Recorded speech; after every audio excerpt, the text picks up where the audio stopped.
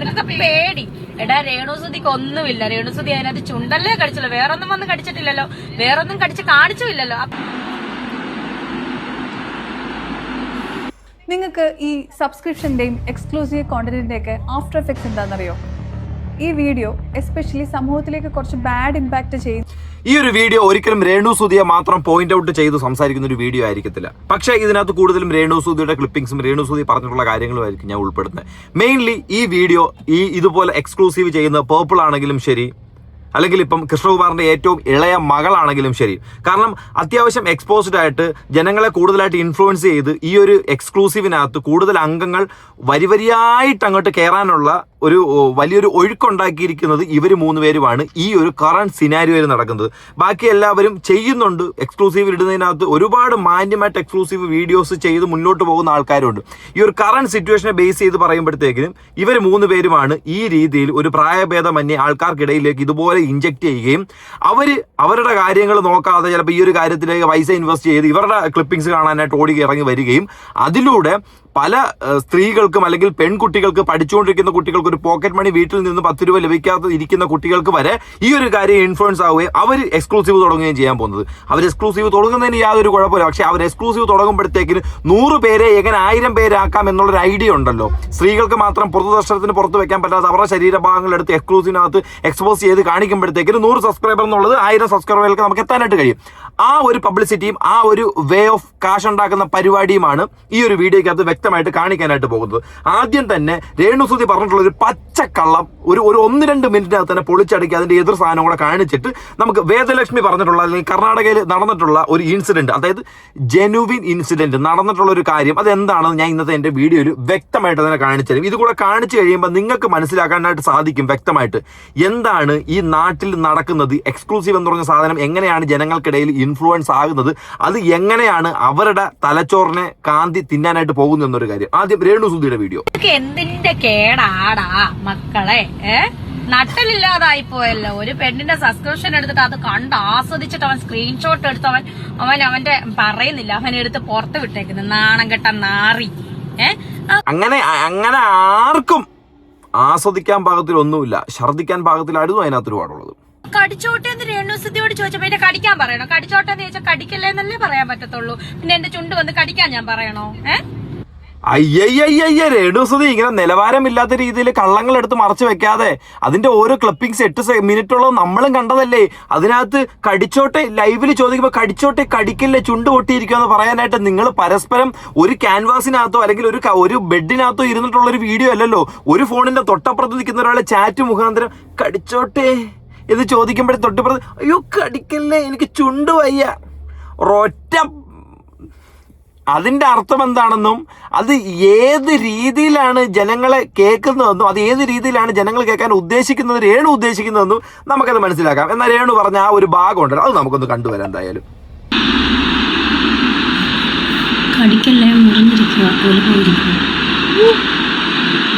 കടിക്കല്ലേ അയ്യോ അയ്യോ അയ്യോ അയ്യോ പാവം കൊച്ച് അല്ലേ കടിക്കല്ലേ. ഒരു ലൈവിനകത്ത് വന്നിട്ട് ഒരുത്തൻ കമന്റ് ചെയ്യുന്നു കടിക്കല്ലേ പൊട്ടിയിരിക്കുക. ഇതിനാണോ രേണു ഒരു കാറിനകത്ത് സീറ്റ് ബെൽറ്റ് ഇട്ടുകൊണ്ട് നോർമലൈസ് ചെയ്ത് സംസാരിക്കുന്നത്? അതൊക്കെ ഒരു ഫ്ലോ അല്ലടാ, ഫ്ലോ അല്ല പഴം പരിപാടി കൊണ്ട് വന്നിട്ട് ന്യായീകരിക്കുന്നു.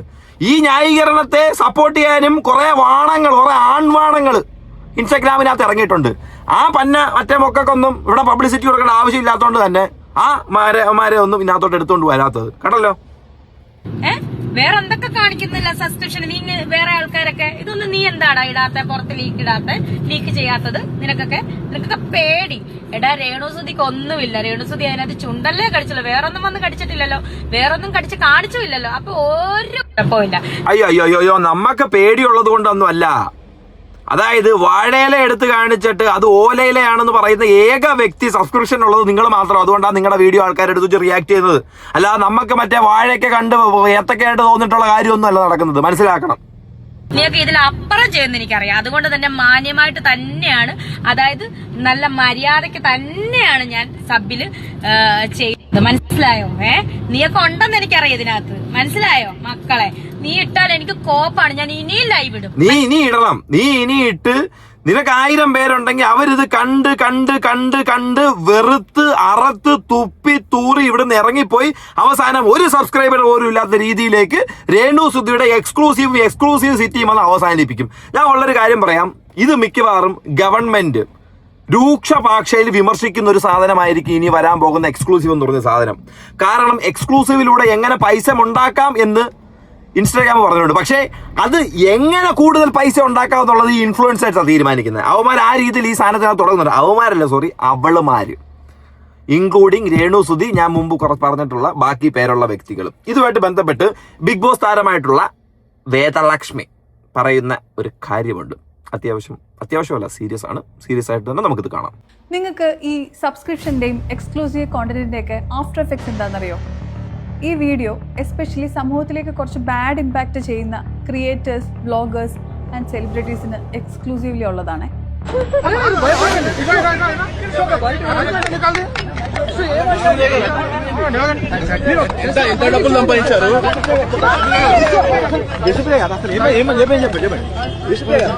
നിങ്ങളിപ്പോൾ ഈ കണ്ട വീഡിയോ തെലങ്കാനയിലെ ആങ്കർ, ആക്ട്രസ്, BB കോണ്ടസ്റ്റന്റ് ഒക്കെ ആയിരുന്ന വിഷ്ണുപ്രിയ സബ്സ്ക്രിപ്ഷന്റെ പേരിൽ നേരിടുന്ന ഒരു പരസ്യ മാധ്യമ വിചാരണയാണ്.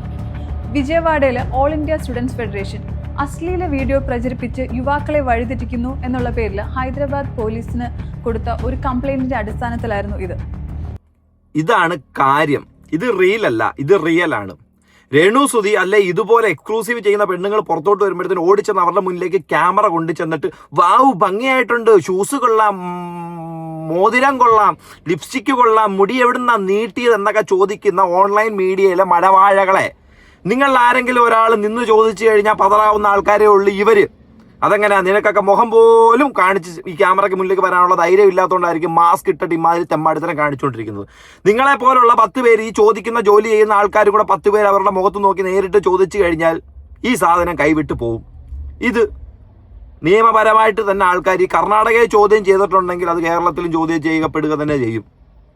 രണ്ടും ഇന്ത്യയിലുള്ളതല്ലേ, അല്ലാതെ ഒന്ന് എത്യോപ്യയിലും ഒന്ന് ഇവിടെ അല്ലല്ലോ. 2 ദിവസം മുന്നേ ടെലിഗ്രാം മാഫിയ കോൾ ഔട്ട് ചെയ്യുന്നതിനെ കുറിച്ച് ഞാനൊരു വീഡിയോ ചെയ്തിട്ടുണ്ടായിരുന്നു. അത് കോൾ ഔട്ട് ചെയ്യുന്നതിന് മുന്നേ എസ്പെഷ്യലി കേരളത്തിലെ ക്രിയേറ്റേഴ്സ്, വ്ളോഗേഴ്സ്, ഇൻഫ്ലുവൻസേഴ്സ്, സെലിബ്രിറ്റീസ് അങ്ങനെ കുറച്ച് പേരുടെ കാര്യങ്ങളും കോൾ ഔട്ട് ചെയ്യാതിരിക്കാൻ പറ്റത്തില്ല.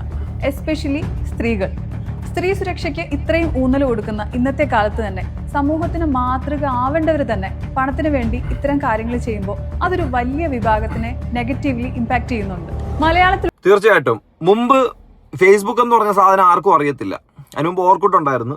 ഫേസ്ബുക്ക് തുടങ്ങിയപ്പോഴത്തേന് കുറച്ച് പേരെടുത്തപ്പോൾ ആൾക്കാർ ചോദിച്ചു, എന്തുവാണ് നിനക്ക് വേറെ പണിയൊന്നുമില്ല, ഈ ഫോണിൽ കുത്തിയിരിക്കുന്ന പരിപാടിയാണ്, ഫേസ്ബുക്ക് മാത്രമേ ഉള്ളൂ നിനക്ക് എന്ന് ചോദിക്കുന്ന സമയത്തിൽ നിന്നും പ്രായമുള്ള അപ്പൂപ്പനും അമ്മൂമ്മയും കട്ടിൽ തളർന്നു കിടക്കുന്നവർ വരെ ഫേസ്ബുക്ക് അക്കൗണ്ട് ഉണ്ട്, ഫേസ്ബുക്ക് യൂസ് ചെയ്യുന്നുണ്ട്. ആ നിലയിലേക്ക് വന്നു. ഫേസ്ബുക്കിൽ നിന്നും അടുത്ത യൂട്യൂബിലേക്ക് കയറി, യൂട്യൂബിൽ നിന്ന് ഇൻസ്റ്റഗ്രാമിലേക്ക് വന്ന് കിട്ടാവുന്നത് അല്ലെങ്കിൽ ആക്സസ് ചെയ്യാൻ പറ്റുന്ന പരമാവധി സോഷ്യൽ മീഡിയ പ്ലാറ്റ്ഫോമിൽ പല ആൾക്കാരും പല അക്കൗണ്ടും എടുത്തു. ഇനി 10-20 വർഷം കഴിയുമ്പോഴത്തേനും, അത്രയും പോകത്തില്ല, 10 വർഷത്തിനകത്താവുമ്പോഴത്തേക്കിന് തന്നെ ചോദിക്കും, നിനക്ക് എക്സ്ക്ലൂസീവ് ഇല്ല, നിനക്ക് എത്ര സബ്ബായി? അയ്യോ എനിക്ക് എക്സ്ക്ലൂസീവ് ഇല്ല. അയ്യേ എക്സ്ക്ലൂസീവ് ഇല്ലാത്ത പെണ്ണോ, നീ പിന്നെ എന്ത് ചെയ്യുവടി? ആ ഒരു അവസ്ഥയിലേക്കായിരിക്കും ഈ നാട് വന്നുകൊണ്ടിരിക്കുന്നത്. അല്ലെങ്കിൽ ഇതുപോലുള്ള പോരാളി വാണങ്ങൾ കാണിച്ചു തരുന്നത്.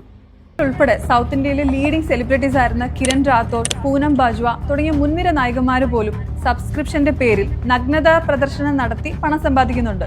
ഇത് കണ്ട് പ്രചോദനം ഉൾക്കൊണ്ടിട്ടായിരിക്കാം കേരളത്തിലെ ക്രിയേറ്റേഴ്സ്, ഇൻഫ്ലുവൻസേഴ്സ്, വ്ളോഗേഴ്സ് ഒക്കെ ആയിട്ടുള്ളവർ, അതും 1 മില്യൺ 2 മില്യണേഴ്സ് ഒക്കെ ഫോളോവേഴ്സ് ഉള്ളവർ തന്നെ ഇതേ അവര് ബേസിക്കലി പോൺ ആക്ട്രസ് ആയിട്ട് അംഗീകരിച്ചിട്ടുള്ള വ്യക്തികളാണ് എന്നും പറഞ്ഞാൽ അതിനകത്ത് കാണിക്കണമെന്നല്ല ഞാൻ പറയുന്നത്.